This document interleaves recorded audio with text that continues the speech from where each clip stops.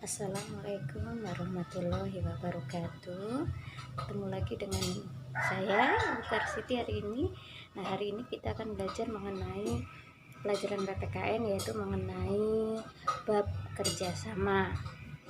Ya, pasti kalian sudah sering atau sudah melakukan namanya kerjasama kan? Nah, contohnya kalian mungkin kerjasama di rumah, dalam hal membersihkan rumah dengan kakak, dengan adik, atau dengan orang tua kalian, atau misalnya di sekolah ya, kalian waktu pada saat kalian masih SD mungkin kalian sering melakukan kerjasama membersihkan kelas dan sebagainya.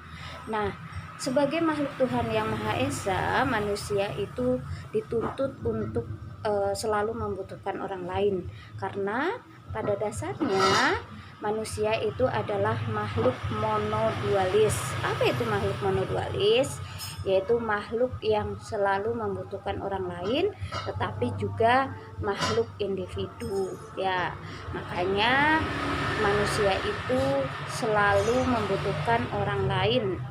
Nah, dalam melakukan kegiatan atau melakukan pekerjaan, sering kita melakukan yang namanya kerjasama ya. Nah, sebenarnya apa sih arti dari kerjasama itu? Nah, kita bahas di sini ya. Yang dimaksud dengan kerjasama adalah melakukan aktivitas bersama dengan orang lain sehingga pekerjaan, beban, atau masalah dapat diselesaikan dengan mudah, cepat, dan ringan. Nah, itu adalah arti dari kerjasama ya.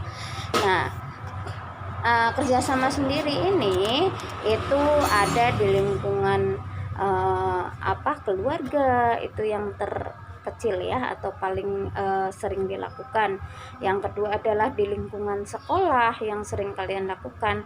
Yang ketiga di lingkungan masyarakat, dan yang keempat adalah di lingkungan negara atau bangsa. Nah, negara atau bangsa juga sering melakukan kerjasama dengan negara-negara lain di dunia ya, contohnya Indonesia dengan Malaysia atau Indonesia dengan negara-negara lainnya. Nah, kerjasama apa aja sih yang dilakukan antara negara yang satu dengan negara yang lainnya? Nah, kita lihat di sini ya. Nah, kerjasama yang dilakukan oleh negara yang satu dengan yang lainnya itu biasanya dilakukan dalam bidang pendidikan. Ya, kerjasama dalam bidang pendidikan ini contohnya adalah pertukaran pelajar ya, terus misalnya peningkatan iptek dan sebagainya. Nah, yang kedua adalah untuk kerjasama dalam bidang ekonomi. Contohnya kerjasama dalam bidang ekonomi di sini adalah pertukaran bahan mentah ya, atau bahan-bahan jadi misalnya Indonesia mengirimkan minyak bumi ke negara lain, kemudian negara lain mengirimkan bensin atau solar ke negara Indonesia dan sebagainya. Itu adalah kerjasama di bidang ekonomi.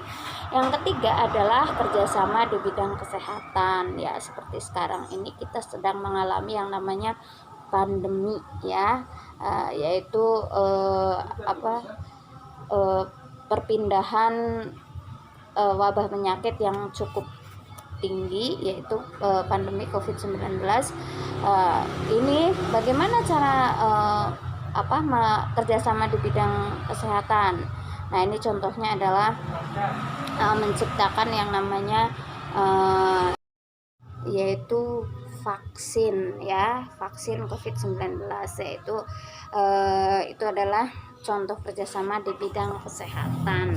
Nah, yang keempat adalah contoh kerjasama di bidang hukum, yaitu mengenai penegakan hukum ya.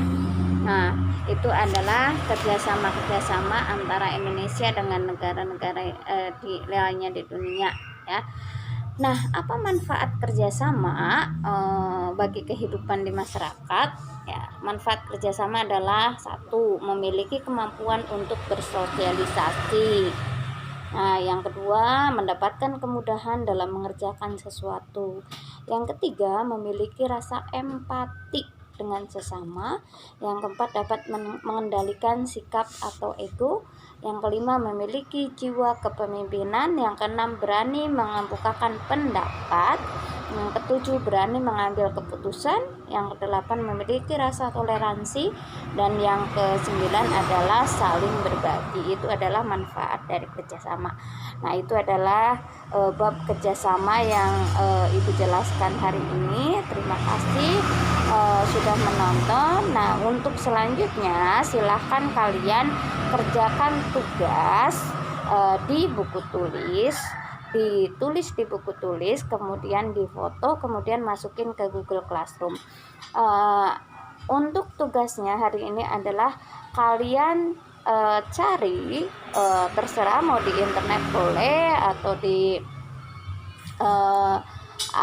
tanya ke temennya juga boleh, contoh kerjasama antar bangsa di bidang ekonomi, di bidang pendidikan, di bidang hukum, di bidang kesehatan ya. Jadi cari contoh dari kerjasama antar negara masing-masing dua, yaitu di bidang pendidikan, di bidang ekonomi, di bidang hukum. Yang keempat adalah di bidang kesehatan. Cari, kemudian ditulis di buku tulis, difoto, kemudian masukin ke Google Classroom ya. Terima kasih. Wassalamualaikum warahmatullahi wabarakatuh.